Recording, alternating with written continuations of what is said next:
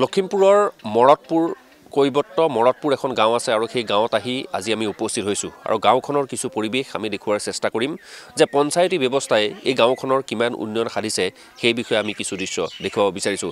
এই গাঁওখনৰ মূল সমস্যাই হৈছে যে তেওঁলোকৰ পথ নাই, কাৰণ সোৱণশিৰি নিচেই দাঁতিকাষৰীয়া গাঁওখনৰ ৰাইজে পথৰ ওপৰতে নিজৰ বাসগৃহ আছে আৰু এই গাঁওখনৰ পৰা ওলাই যাব পৰাকৈ সুগম পথ নাই। বছৰ বছৰ ধৰি তেওঁলোকে সমস্যাৰ সন্মুখীন হ'বলগীয়া হৈছে আৰু মৰতপুৰ কৈবত্য গাঁৱৰ এই পৰিৱেশটো যদি চায় তেতিয়াহ'লে আমি কৈছোঁ যে পঞ্চায়তৰ ফালৰ পৰা কেইটামান পকী ঘৰ ৩৫ ঘৰ লোক ইয়াত থাকে আৰু কেইটামান পকী ঘৰ তেওঁলোকে লাভ কৰিছে, কিন্তু অন্যান্য যি সুবিধা সেই সুবিধা তেওঁলোকে লাভ কৰিবলৈ সক্ষম হোৱা নাই। এখন বিদ্যালয়ো আছে, ইয়াতে এখন প্ৰাথমিক বিদ্যালয় আছে আৰু এই বিদ্যালয়খনৰ লৈ ছাত্ৰ ছাত্ৰী আহিবলৈও বহু কষ্ট কৰি ইয়াত উপস্থিত হ'বলগীয়া হয়, কাৰণ বাৰিষা হ'লেই তেওঁলোকে নাৱৰ সহায় ল'ব লাগে বা তেওঁলোকে খৰালি হ'লেও বৰষুণ যদি আহে তেতিয়াহ'লে কিন্তু ইয়াত অসুবিধাৰ সন্মুখীন হয়। আমি ইয়াত স্থানীয় কিছু লোক আছে, আমি অকণমান কথা পতাৰ যত্ন কৰিম যে পঞ্চায়তী ৰাজ ব্যৱস্থাত তেওঁলোকে কেনেধৰণৰ সুবিধা কিছুমান পাইছে বা তেওঁলোকৰ বৰ্তমান প্ৰধান সমস্যাসমূহ কেনেধৰণৰ আছে আমি অকণমান কথা পাতিব বিচাৰিছোঁ। আমি পূৰ্বেও আহিছোঁ ইয়ালৈ, এতিয়া আপোনালোকৰ মূল কথাটো হৈছে যে আপোনালোকৰ যাতায়াতৰ বাবে পথ নাই। পঞ্চায়তৰ ফালৰ পৰা কেনেধৰণৰ সুবিধা পালে বা বৰ্তমান কি কি সুবিধা আপোনালোকে পাবলৈ বাকী আছে? পঞ্চায়তৰ ফালৰ পৰা ক'বলৈ গ'লে আমি আই ঘৰ কিছুমান পোৱা হৈছে, যদিও ২-৪ ঘৰ মানুহে পাবলৈ আছে। প্ৰায় সংখ্যক ব্যক্তিয়ে আই ঘৰ পাইছে, লেট্ৰিন পোৱা নাই, খোৱা পানী ব্যৱস্থাটো নাই আৰু বিশেষকৈ আমাৰ এইখন গাঁৱৰ সমস্যাটো হ'ল যাতায়াত ব্যৱস্থাটো। ল'ৰা ছোৱালী স্কুললৈ আহিবলৈ যাবলৈ ৰাস্তা নাই, বাৰিষা নাৱত আহিবলগীয়া হয়। কণ ল'ৰা ছোৱালী কেইবাবাও নাৱত আহোঁতে নাও ডুবি ল'ৰা ছোৱালী মানে কিতাপ পত্ৰ তিতি অৱস্থা নাইকিয়া হ'বলগীয়া হয়। শিক্ষকসকলো নাৱত আগবঢ়াই আনিবলগীয়া হয়। গাঁৱৰ ২-৪জন ল'ৰা গৈ নাৱত আগবঢ়াই আনেগৈ শিক্ষকসকলক। প্ৰায় মানে কেতিয়াবাতো বেছি ডাৱৰীয়া বতৰ হ'লে স্কুলেই বন্ধ থাকিবলগীয়া হয় আৰু কেনিবা ওলাই যাবলগীয়া হ'লে একেবাৰে চোতালত নাৱত উঠিব লাগিব, সেইফালে একেবাৰে মেইন PWD প্ৰায় ৩-৪ কিলোমিটাৰ আঁতৰত গৈ গাড়ীত বা যিকোনো উপায় মানে ৰাস্তাত যাবলগীয়া হয়। আমাৰ এই গাঁওখনৰ মেইন সমস্যাটোৱে হৈছে ৰাস্তা নাই, চোতালেই ৰাস্তাই চোতাল আপোনালোকে দেখিছেই।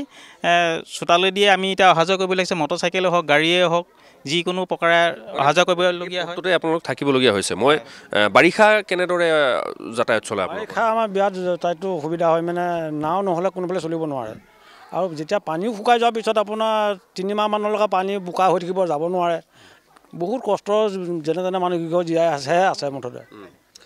মহিলাসকল আছে, অকণমান কথা পাতিব বিচাৰিছোঁ।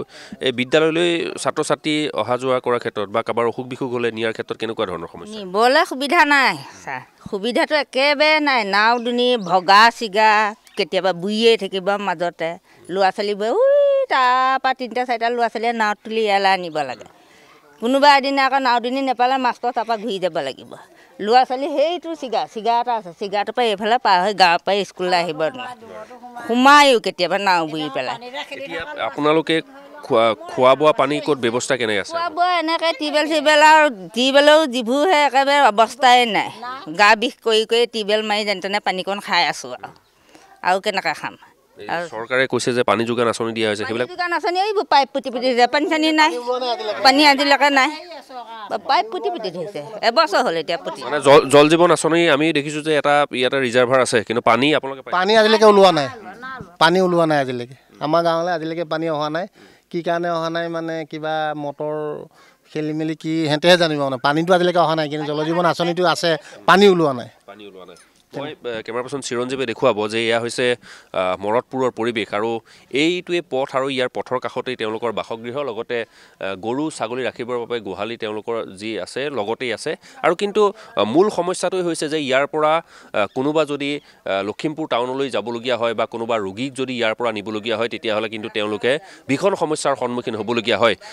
পানীগাঁও পঞ্চায়তৰ অন্তৰ্গত এয়া হৈছে মৰতপুৰ কৈবত্য গাঁও আৰু এই কৈবত্য গাঁৱৰ প্ৰায় ৩০-৩৫টা পৰিয়ালে এনেদৰেই তেওঁলোকে জীৱন নিৰ্বাহ কৰিবলগীয়া হৈছে তেওঁলোকৰ পথৰ কাষতেই তেওঁলোকে ঘৰ বনাই থাকিবলগীয়া হৈছে আৰু তেওঁলোকে এতিয়া চৰকাৰক বা পঞ্চায়তক এটাই দাবী তুলিব বিচাৰে যে তেওঁলোকৰ যিটো যাতায়াত ব্যৱস্থা যাতায়াত যোগাযোগ ব্যৱস্থা সেই যোগাযোগ ব্যৱস্থা তেওঁলোকক উন্নয়ন কৰি দিব লাগে কাৰণ তেওঁলোকে কোনোৱে দিন হাজিৰা কৰি বা ব্যৱসায় কৰি তেওঁলোকে পৰিয়াল পোহপাল দি আছে কিন্তু প্ৰকৃততে পকী ঘৰত থাকিও যদি তেওঁলোকে এটা সুচল পথেৰে তেওঁলোকে যাতায়াত কৰিব নোৱাৰে তেতিয়াহ'লে কিন্তু তেওঁলোকে ব্যৱসায় বাণিজ্যই হওক বিদ্যালয়লৈ অহা যোৱা কৰাই হওক বা চিকিৎসালয়লৈ অহা যোৱা কৰাৰ ক্ষেত্ৰতে তেওঁলোকে সমস্যাৰ সন্মুখীন হয় এতিয়া সকলোৱে দাবী তুলিছে যে 5 বছৰীয়া পঞ্চায়তী ৰাজ ব্যৱস্থাত তেওঁলোকৰ ইয়াত তেওঁলোকে পানীগাঁও পঞ্চায়তৰ পৰা পথটো তেওঁলোকে নাপালে কিন্তু আজিৰ তাৰিখত তেওঁলোকৰ কেৱল এটাই সমস্যা যে পথৰ যোগাযোগ যদি তেওঁলোকৰ সুচল হয় তেতিয়াহ'লে কিন্তু তেওঁলোকৰ সমস্যাৰ বহু পৰিমাণে তেওঁলোকৰ নিৰ্মূল হ'ব